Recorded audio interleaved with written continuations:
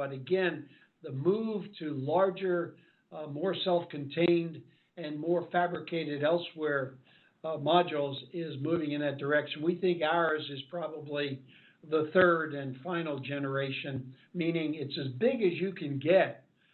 People often say, well, why did you pick 1.4 million per ton, per train? And that answer is it's as big as I could get on a ship and still have the ability to modulate. If you got much bigger, I couldn't fit it on a ship. I couldn't fit it in a channel. I'd have to stick build it.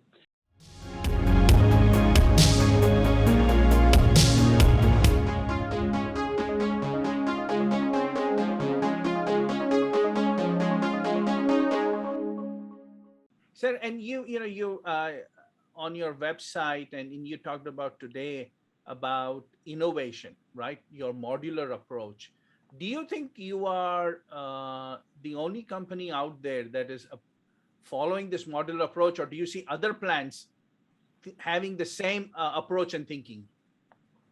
I would tell you that the modular approach was to think about how it's evolved. The first one that I'm aware of that had any amount of modules was the Elba Island approach, and that had many modules, smaller truck modules, and a lot of challenges with multiple modules.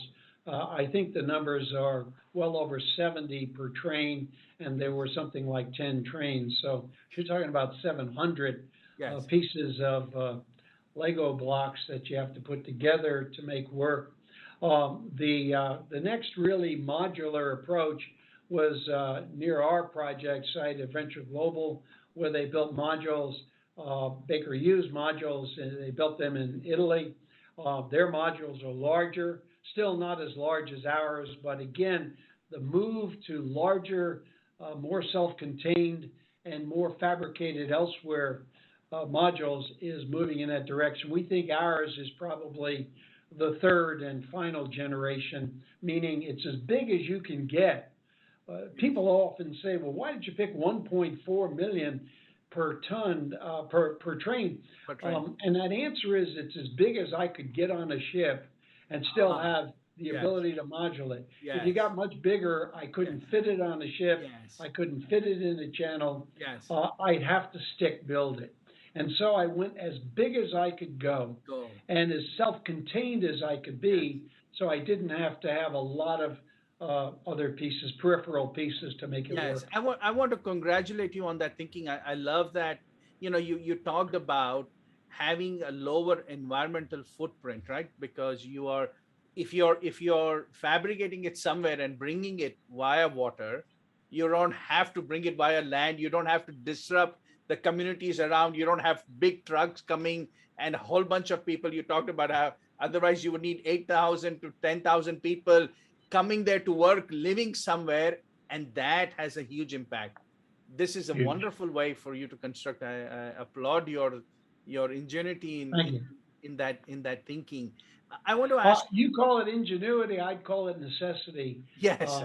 I don't honestly think, sadly, I don't think you can muster 10,000 people effectively on a stick-built job.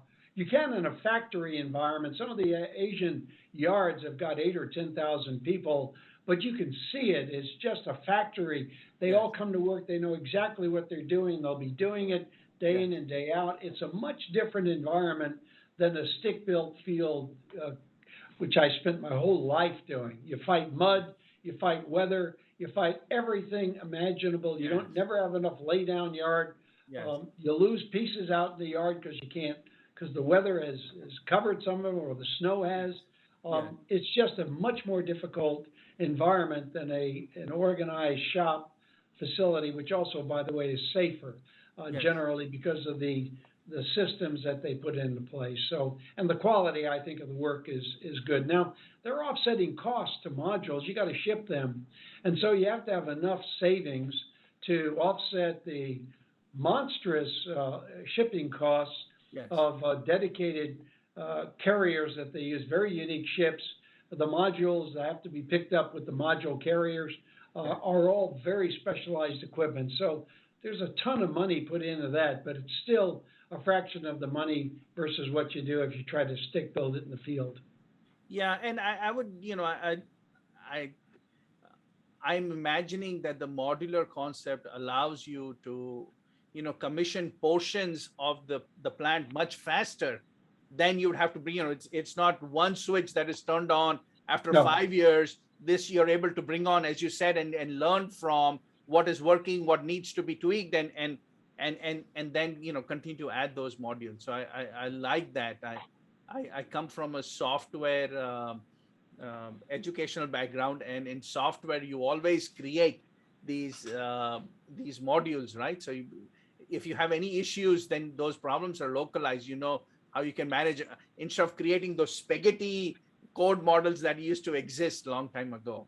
Yes. yes. No, I appreciate that very much. I'm looking at my time, and I had more questions I wanted to ask you about ESG and stuff, but I'm going to skip that. I'm going to ask you this question, sir.